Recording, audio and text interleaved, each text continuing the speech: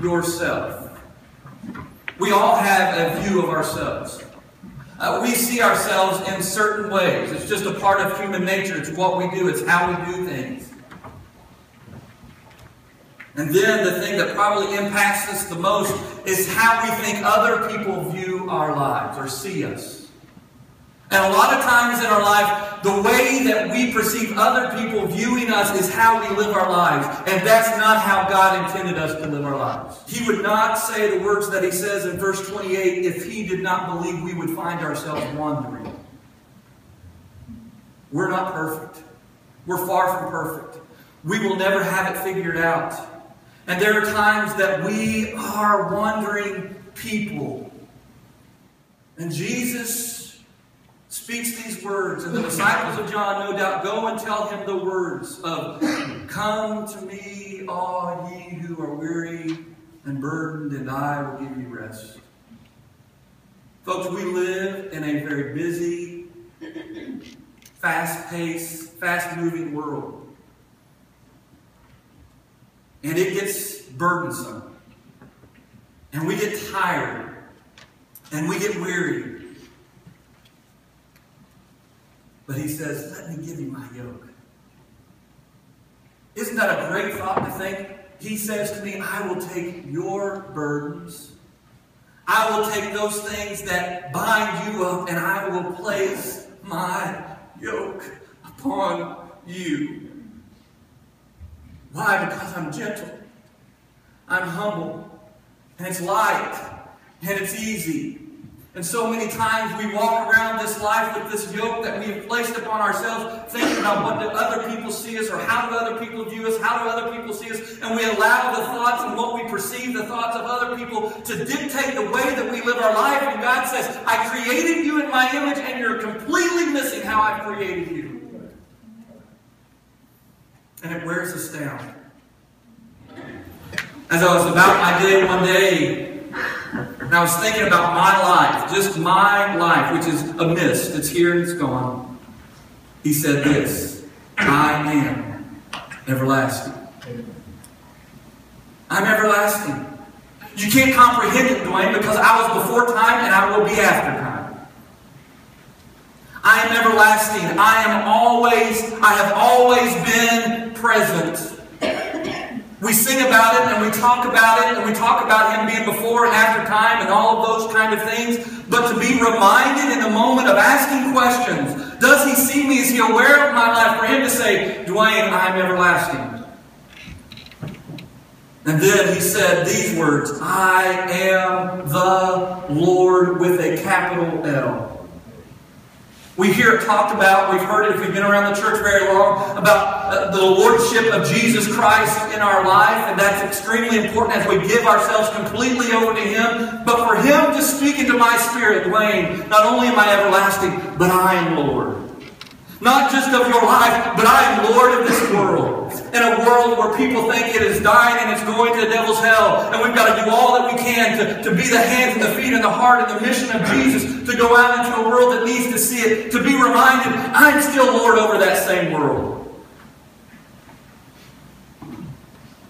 And then he said, "Wayne, I'm the creator, not just of the entire universe, but of you."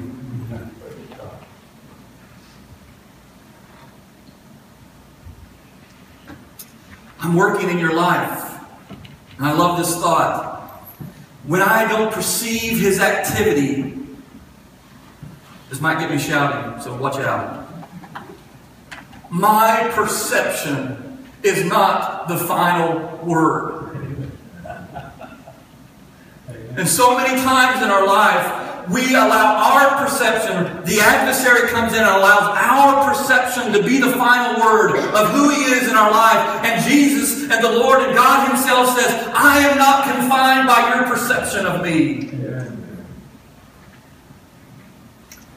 Here's the great thing.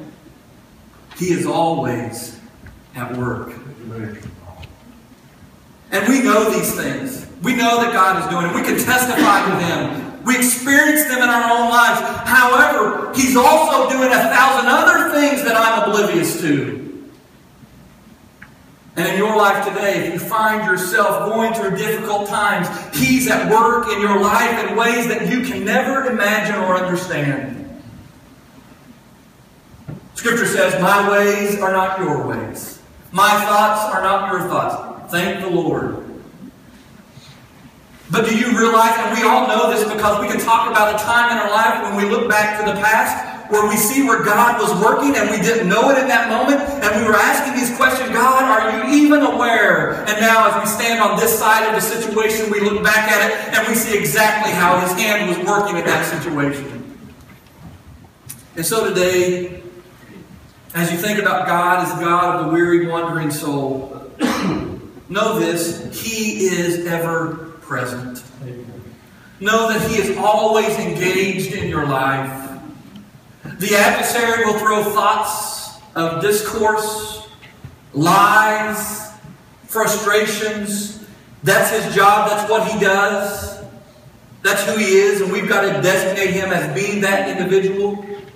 But God says, I'm greater than he, because the Word says, greater is He that is in you than he that is in the world. And He says, I have come so that you can have life and you can have it to the full. And when He says that, He says in our passage of reading over these next few weeks, come to me. And I don't think it's a come to me.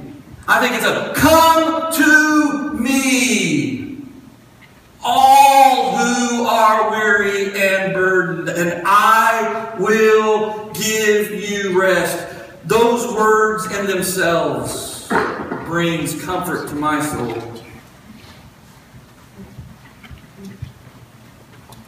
I will give you rest. Most of us would raise our hand this morning and say, I need rest. I need rest. Sure, we need physical rest. There's no doubt about it. I need more of it. But deeper than that, my prayer is this: God, give me a spiritual rest that only you can give. I am everlasting. I am Lord. I am the Creator, not just of the entire universe, but of you. I am present. I am at every point in space. I'm there with all of my being. My work in you is never finished. Listen to this poem in closing this morning. There is rest for the weary, and there is strength for the weak. That is what God offers to those who humbly seek. For it's only in the seeking that we will surely find rest for our weary bodies and peace for our troubled minds. And it's there in the asking that we will come to know God in all His splendor. With His wisdom we will grow. And it's only in the knocking that the door will open wide so we can walk into what He graciously provides. So maybe for a while we can rest along the road. Put on Jesus' yoke, for easy is His load. What comfort for our hearts today. What words of comfort that brings, just ushers into, hopefully my prayer is that ushers into your being this sense of comfort that maybe you've been longing for. Can't you see you're something